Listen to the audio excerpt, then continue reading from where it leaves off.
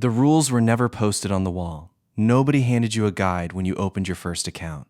But the rules exist, and the bank has been following them your entire life. You just didn't know what they were. You are 22.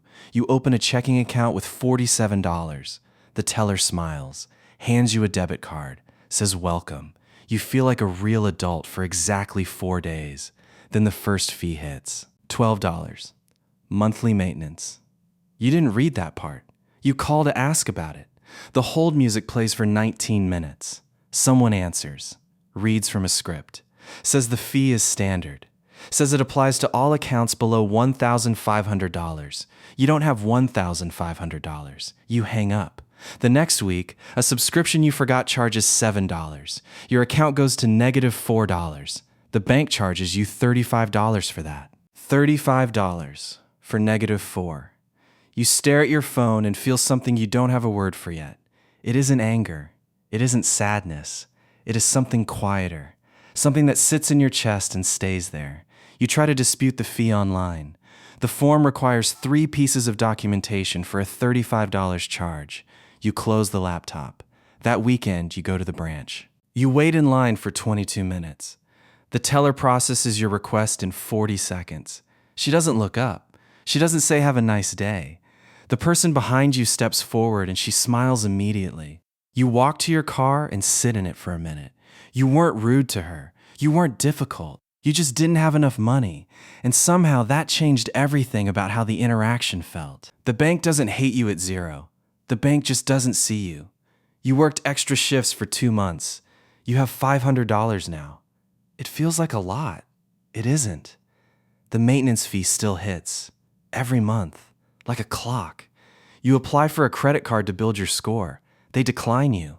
No explanation. Just a letter that says your application was unsuccessful at this time. You apply for a secured card. They approve it. But you have to give them $300 of your own money first, as collateral, so they can lend you your own money back and charge you 22% interest on it. You read that sentence 4 times. You take the card anyway, because you have no other option. 3 months later, your tire blows on a Tuesday morning. You have no credit, no savings above your $500 floor. You take the bus to work. You are 45 minutes late. Your manager doesn't fire you. He just looks at you differently for the rest of the week. You go back to the branch to ask about a different account type, one without the monthly fee. The teller explains it requires direct deposit or a $1,500 minimum balance. You have neither. She moves to the next customer before you finish asking your follow-up question. You are not invisible to the bank. You are something worse. You are a category, a risk score, a file that costs them more to service than you generate in revenue. The bank is not cruel at $500. The bank is just indifferent. And indifference at scale looks exactly like cruelty when you are the one standing on the other side of the counter. Your direct deposit has been consistent for 8 months. You didn't do anything dramatic. You just stopped spending on things that didn't matter and started letting the number grow. Then one morning you log in and the maintenance fee is gone. You didn't call. You didn't ask. The system saw your direct deposit pattern and removed it automatically. The same fee that drained your account every month for 2 years just stopped existing. Nothing changed except the number next to your name. That same week, a credit card offer arrives in the mail. A real one, not secured. $2,500 limit. Your name printed on the front. Pre-approved. You apply online. Approved in 60 seconds. You sit with your phone in your hand for a moment. 8 months ago, they sent you a rejection letter. Now they are printing your name in metallic ink and mailing it to your house. You walk into the branch to deposit a check. The teller says good morning before you reach the window. Not warm. Not cold. Somewhere in between. Recognition without feeling. Service without effort. You are no longer a problem to be processed. You are a customer to be maintained. You apply for a small personal loan. $4,000. For car repairs. Approved in 24 hours. 13% interest. Not great, but it works. The commercials always said banking was supposed to work like this. It just never did until now. The bank doesn't care who you are at $3,000. The bank cares what your account looks like. And at $3,000, your account looks like something worth keeping. You didn't notice when it happened. There was no announcement, no letter, No phone call. You logged in one Tuesday morning and your credit limit had increased from $3,000 to $8,500. Automatically, without a request. Then 2 days later, your phone rang. A real person, not automated. He introduced himself as your relationship banker, said the bank had assigned him to your account, asked about your financial goals, your timeline, whether you were thinking about a home purchase in the next few years. You asked him to repeat that. The same bank that kept you on hold for 40 minutes over a $35 fee 2 years ago just called you first thing on a Wednesday morning to ask about your future. You take notes on a piece of paper while he talks. The call lasts 18 minutes. Nothing dramatic was offered. No secret investment. No special rate. Just attention. Just the experience of being treated like your money and your future both matter. A fee appears on your statement 3 weeks later. $28. Incorrect charge. You email your banker. He responds in 2 hours. Fee reversed. No form. No hold music. No documentation required. Just taken care of.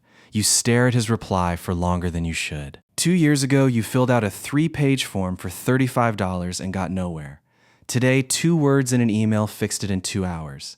The bank didn't change. Your number did. The word appears on your statement without explanation. Preferred. It shows up in the header, in the subject line of their emails, on the welcome screen when you log in. Preferred client. You didn't apply for it. Nobody told you it was coming. The system decided you qualified and updated your status without ceremony. Your relationship banker remembers things now. He remembered you mentioned your sister was getting married. He sent a note 2 weeks before the date, handwritten, not automated. The detail is not an accident. The bank trains its people to remember small things because small things keep accounts. You walk into the branch on a Thursday afternoon. A man with a nameplate stands up from a desk before you reach the teller line. He walks toward you. He says your name. He guides you past the velvet rope, past the line where 14 other people are waiting. You have stood in that line before. For years, you stood in that line. You didn't know there was another way in because you were always on the wrong side of the rope. A mortgage pre-approval letter arrives in the mail, $520,000. The bank decided what you could afford before you decided you wanted to buy. The bank is no longer waiting for you to ask. The bank is now in the business of keeping you. David drives to your office. Not the other way. He brings a leather folder, printed reports, a portfolio review prepared specifically for your account. He sits across from you and asks about your estate plans, your tax structure, your long-term goals. The meeting lasts 90 minutes. Nobody tries to sell you anything. At the end, he leaves his card and says he will follow up with some options for your review. The selling already happened. You just didn't notice it. You call about a wire transfer that froze on a Friday afternoon. Someone answers on the second ring. No hold music, no automated menu, no case number. The same call that would have taken 3 hours and 4 transfers at $500 is resolved in one conversation in 4 minutes. That evening, you attend a dinner. 8 people. A private room. A view of the city from a floor you have never been on. The guest speaker talks about economic trends. Nobody mentions their own net worth. Nobody discusses returns. The conversation is about ideas, about travel, about what the next 10 years might look like. Money is assumed. Money is the table they are all sitting at. It is not the conversation. You drive home afterward and sit in your car in the driveway. You think about the version of you at 22 who stared at a $35 fee and felt something he couldn't name. You still can't name it. But you know now that it was the feeling of not being seen. At $500,000, you are seen. You are more than a customer. You are an asset they protect. There is a room inside the bank you never knew existed. No logo on the door. 1 table. 8 chairs. No windows facing the street. This is where private banking actually happens. Your private banker manages 19 accounts. He has managed 19 accounts for 6 years. He does not take new clients. You are one of 19 people in the world who have his direct number. The interest rate on your mortgage is not a published rate. It was negotiated on a call between him and a senior credit officer. The paperwork that takes a standard customer 3 weeks was completed in 48 hours because someone flagged whose account it was. You walk into a branch in another city for the first time. The branch manager is at the door before you reach the desk. He says your name. He knows your banker's name. he offers you water. He asks if there is anything specific he can help with today. You have been to this branch once. You have never spoken to this man. But the system flagged your arrival the moment your phone connected to their Wi-Fi. Not because of who you are, because of what your number says about you. The bank doesn't follow its own rules at $5 million. The bank writes new ones. You are not a client anymore. You are a relationship. 3 people inside this institution have performance reviews that include your name. Not because they service your account directly, because losing your account would affect their numbers, affect their bonus, affect their standing. You don't know this. They don't tell you. But the math is real. The deals that come to you now are not on any brochure.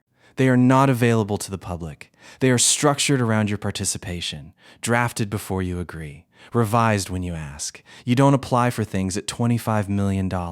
Things apply for you. The chief investment officer calls on a Tuesday to ask your opinion on a new product they are developing for ultra-high net worth clients. They want your feedback before they build it. The institution that charged you $35 for a negative balance is now asking you to help design their next offering. You think about the 22-year-old sitting in a car in a bank parking lot.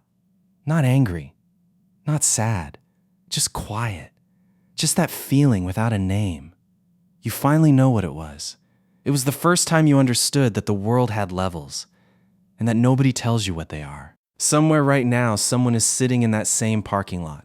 They just left the branch. They went in to dispute a fee. They came out with nothing.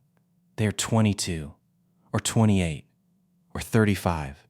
They have $200 in their account, and they just spent 40 minutes waiting in line to be told there's nothing the teller can do.